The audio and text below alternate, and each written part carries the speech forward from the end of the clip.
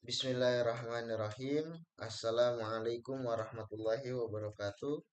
Perkenalkan, nama saya Fahdantio Rainal Wilzan dari kelas 7C. Ingin mengerjakan tugas ujian akhir semester mata kuliah kritik terjemahan dengan judul Analisis Kritik Terjemahan pada Kitab Ihya Ulumuddin tentang keutamaan ilmu dan kedudukan ulama dalam teori Peter Newmark. Selanjutnya, di bagian pendahuluan, karya klasik seperti Ihya Ulumuddin memiliki pengaruh besar dalam pembentukan pemikiran dan spiritualitas umat Islam, sehingga penerjemahnya ke dalam bahasa Indonesia harus dilakukan dengan sangat teliti agar makna, nilai teologis, dan pesan moralnya tidak menyimpang. Bagian mengenai keutamaan ilmu dan kedudukan ulama menjadi salah satu fokus penting karena menjadi rujukan utama dalam memahami posisi ulama dalam tradisi Islam. Sehingga ketepatan terjemahan sangat menentukan pemahaman pembaca terhadap ajaran Al-Ghazali. Untuk menilai kualitas terjemahan tersebut, teori kritik terjemahan Peter Newmark menyediakan kerangka analisis yang sistematis, mulai dari identifikasi teks, analisis leksikal, prosedur penerjemahan, hingga evaluasi akurasi dan keberterimaan, sehingga dapat terlihat apakah makna asli telah disampaikan dengan jelas dan tepat mudah dipahami pembaca. Kajian ini diharapkan dapat menunjukkan tingkat kesesuaian terjemahan pada kutipan Ihya Ulumuddin serta memperkaya studi penerjemahan teks keagamaan Indonesia. Selanjutnya, di bagian rumusan masalah, berdasarkan uraian latar belakang sebelumnya, maka rumusan masalah dalam penelitian ini dapat dirumuskan sebagai berikut. Yang pertama, bagaimana kesesuaian makna antara teks sumber dan teks terjemahan kutipan Ihya Ulumuddin tentang keutamaan ilmu dan kedudukan ulama.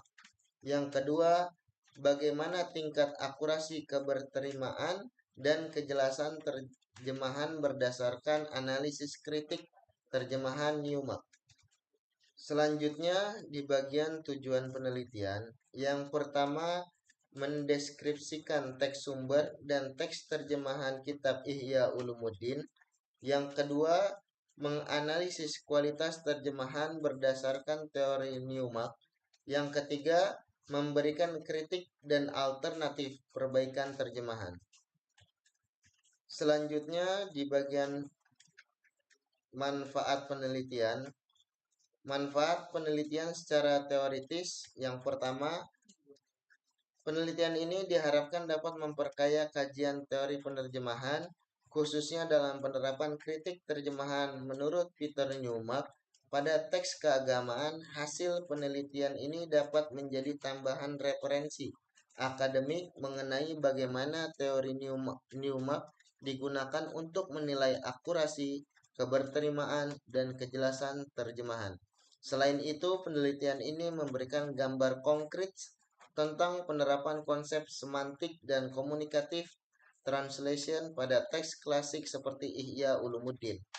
Yang kedua, manfaat penelitian secara praktis.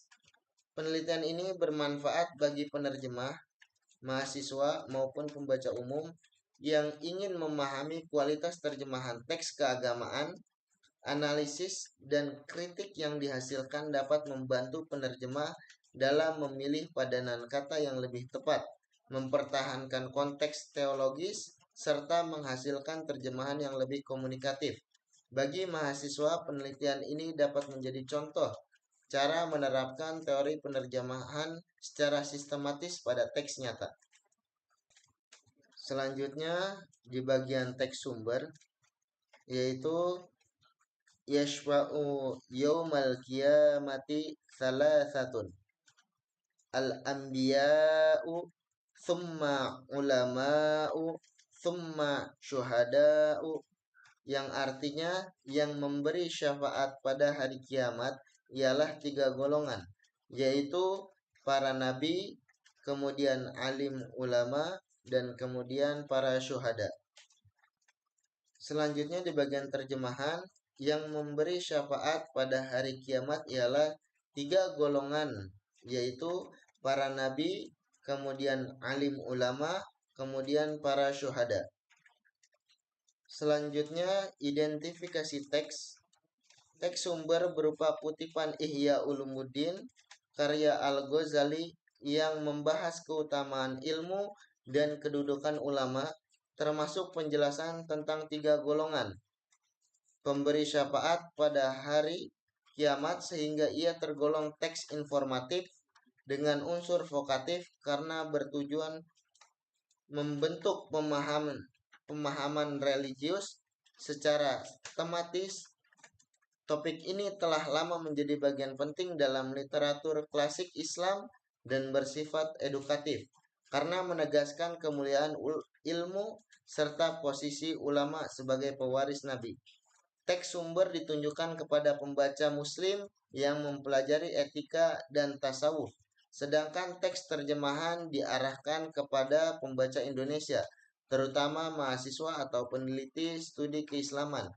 Tujuan penerjemahan bersifat akademis sekaligus keagamaan, sehingga menuntut keseimbangan antara akurasi istilah fikih, tasawuf, dan keberterimaan pembaca. Sesuai konsep fungsi terjemahan North, konteks sosial pembaca Indonesia yang mayoritas muslim turut mempengaruhi pilihan diksi dalam istilah bernilai teologis, dan pemahaman terhadap konteks ini membantu menjelaskan strategi penerjemahan seperti transference, modulasi, dan ekivalensi. Selanjutnya di bagian analisis teks sumber. Teks sumber merupakan kutipan bergaya Arab klasik khas karya etika dan tasawuf seperti Ihya Ulumuddin, ditandai dengan kalimat pendek namun padat makna. Sebagaimana dalam ungkapan yashfa'u yaumal qiyamati thalathatun al-anbiya'u thumma ulama'u thumma syuhada'u. Struktur enumeratif ini menunjukkan urutan kedudukan spiritual, didukung oleh gaya ijaz yang menyampaikan pesan teologis dan moral secara ringkas. Istilah yashwa'u dan ulama'u memiliki muatan terminologis kuat dalam akidah tradisi keilmuan Islam sehingga tidak dapat diterjemahkan secara bebas. Pengulangan thumma menandakan tertib maknawi atau perbedaan martabat antar kelompok, sebuah aspek retoris yang umum dalam teks hadis dan tafsir.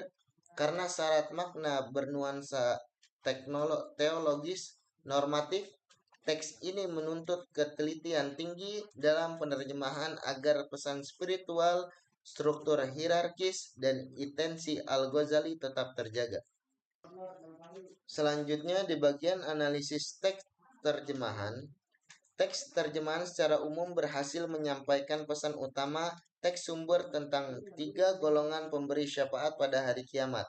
Penerjemah menggunakan bahasa Indonesia formal yang jelas dan mempertahankan istilah seperti syafaat, ulama, dan syuhada melalui transference karena istilah tersebut memiliki makna teologis khusus dalam Islam. Namun terdapat sedikit pergeseran diksi seperti frasa kemudian alim ulama yang menimbulkan redundansi dan tergolong modulation ringan. Meski tidak mengubah makna inti, terjemahan juga menjadi lebih panjang dan deskriptif dibanding teks sumber yang ringkas, suatu hal yang wajar dalam peralihan dari bahasa Arab ke Indonesia. Penambahan frasa seperti ialah 3 golongan yaitu serta penyesuaian struktur kalimat yang mencerminkan strategi komunikatif translation untuk mempermudah pemahaman pembaca. Secara keseluruhan, terjemahan tetap akurat secara semantis, mempertahankan nuansa religius sekaligus lebih komunikatif bagi pembaca modern. Selanjutnya di bagian prosedur penerjemahan Newmark. Dalam terjemahan kutipan Ihya Ulumuddin, beberapa prosedur penerjemahan menurut Newmark dapat diidentifikasikan literal translation tampak pada frasa seperti para nabi, para ulama, dan para syuhada yang diterjemahkan hampir persis sesuai struktur Arab sehingga kesan formal teks asli tetap terjaga. Transference digunakan untuk mempertahankan istilah teologis seperti syafaat ulama dan syuhada karena merupakan istilah budaya agama yang tidak memiliki padanan tepat dalam bahasa Indonesia. Modulation muncul pada frasa kemudian alim ulama yang mengubah sudut pandang linguistik dan menambah penekanan meski menghasilkan pleonasme yang tidak ada dalam teks sumber. Selain itu terdapat expansion pada kalimat ialah tiga golongan, yaitu ditambahkan untuk memperjelas struktur enumeratif bagi pembaca Indonesia yang tidak terbiasa dengan keringkasan sintaksis bahasa Arab. Secara keseluruhan, penerjemahan memadukan pendekatan literal dan komunikatif untuk menjaga akurasi makna sekaligus meningkatkan kejelasan. Meskipun beberapa prosedur seperti modulasi dan ekspansi perlu diwaspadai agar tidak menimbulkan redundansi atau melonggar makna asli. Selanjutnya di bagian evaluasi kualitas terjemahan, dari aspek akurasi, terjemahan dinilai cukup tepat karena memiliki inti teks Arab tentang tiga golongan pemberi syafaat pada hari kiamat tersampaikan tanpa distorsi. Meskipun demikian, tambahan seperti kemudian alim ulama menimbulkan pleonasme yang tidak ada dalam teks sumber sehingga presisi leksikal masih dapat diperbaiki. Secara umum akurasinya baik, namun memerlukan penyempurnaan pada detail tertentu. Dari aspek keberterimaan, terjemahan menggunakan bahasa Indonesia baku yang selaras dengan konteks ilmiah keagamaan. Struktur kalimatnya komunikatif. Pilihan diksi sesuai dengan penggunaan umum dalam literatur Islam dan gaya penulisannya memenuhi norma akademik sehingga keberterimaannya dapat dikategorikan sangat baik. Dari aspek kejelasan, terjemahan mudah dipahami oleh pembaca modern berkat penggunaan frasa penjelas seperti ialah tiga golongan yaitu yang membantu memperjelas alur informasi. Strategi komunikatif ini efektif meski harus tetap menjaga nuansa retoris teks Arab yang lebih ringkas. Secara keseluruhan aspek kejelasan baik hingga sangat baik. Selanjutnya di bagian kritik terjemahan, beberapa perbaikan dapat dilakukan agar terjemahan lebih sesuai dengan karakter teks sumber yang ringkas dan syarat makna teologis.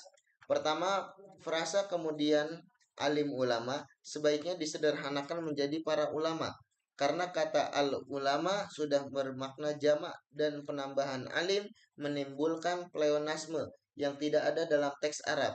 Kedua, struktur ialah tiga golongan yaitu merupakan amplifikasi yang membuat terjemahan lebih panjang dari teks asli yang sebenarnya. Langsung menyebut inti informasi sehingga pemadatan struktur lebih sesuai dengan prinsip semantik translation menurut Newmark. Ketiga, pengulangan kemudian. Dua kali dapat dikurangi atau divariasikan dengan diksi seperti lalu atau setelah itu untuk menjaga keluasan bahasa tanpa menghilangkan nuansa hierarkis yang dimaksud oleh penggunaan tuma dalam bahasa Arab. Secara keseluruhan, meskipun terjemahan sudah komunikatif, penyesuaian pada pilihan diksi, pemadatan struktur, dan ketelitian gaya diperlakukan agar hasil terjemahan lebih mendekati intensi retoris dan teologis oleh Al-Ghazali. Selanjutnya di bagian alternatif terjemahan, adapun pada hari kiamat, maka terdapat tiga golongan yang diberi kehormatan oleh Allah untuk memberikan syafaat, sebagaimana dijelaskan dalam pembahasan keutamaan ilmu, yaitu para nabi yang merupakan pemimpin para hamba, kemudian para ulama sebagai pewaris ajaran kenabian, dan selanjutnya para syuhada yang wafat di jalan Allah. Ketiga golongan ini memperoleh kedudukan mulia tersebut sesuai tingkatan mereka. sebagai bentuk kemuliaan ilmu, amal, dan pengorbanan. Selanjutnya di bagian kesimpulan, berdasarkan analisis yang dilakukan, terjemahan kutipan Ihya Ulumuddin pada dasarnya telah berhasil menyampaikan pesan teologis utama dari teks sumber, terutama mengenai 3 golongan yang berhak memberikan syafaat pada hari kiamat, yaitu para nabi, ulama, dan syuhada. Penerjemah menggunakan pendekatan komunikatif sebagaimana dianjurkan Newmark, sehingga beberapa penambah struktur dimunculkan untuk memperjelas makna dan memudahkan pembaca modern untuk memahami pesan moral Imam Al-Ghazali. Dari segi akurasi, makna inti tetap terjaga meskipun terdapat elemen tambahan seperti pleonasme, alim ulama, dan beberapa frasa penjelas yang tidak tertulis eksplisit dalam teks Arab, menunjukkan bahwa aspek kesetiaan terhadap gaya ringkas khas literatur klasik masih dapat ditingkatkan. Dari aspek keberterimaan, terjemahan menggunakan bahasa Indonesia baku dan formal yang sesuai dengan konteks akademik dan keagamaan. Sedangkan dari aspek kejelasan, struktur terjemahan disampaikan secara runtut dan bebas ambiguitas, meskipun penambahan tertentu tetap perlu dikontrol. Secara keseluruhan, analisis berdasarkan teori Newmark menunjukkan bahwa terjemahan ini tergolong baik, namun masih membutuhkan penyempurnaan agar lebih mencerminkan karakter retoris teks klasik Islam serta menjaga keseimbangan antara akurasi, keberterimaan, dan kejelasan. Mungkin cukup sekian presentasi ujian akhir semester saya. Kurang lebihnya mohon maaf. Akhirul kalam. Wassalamualaikum warahmatullahi wabarakatuh.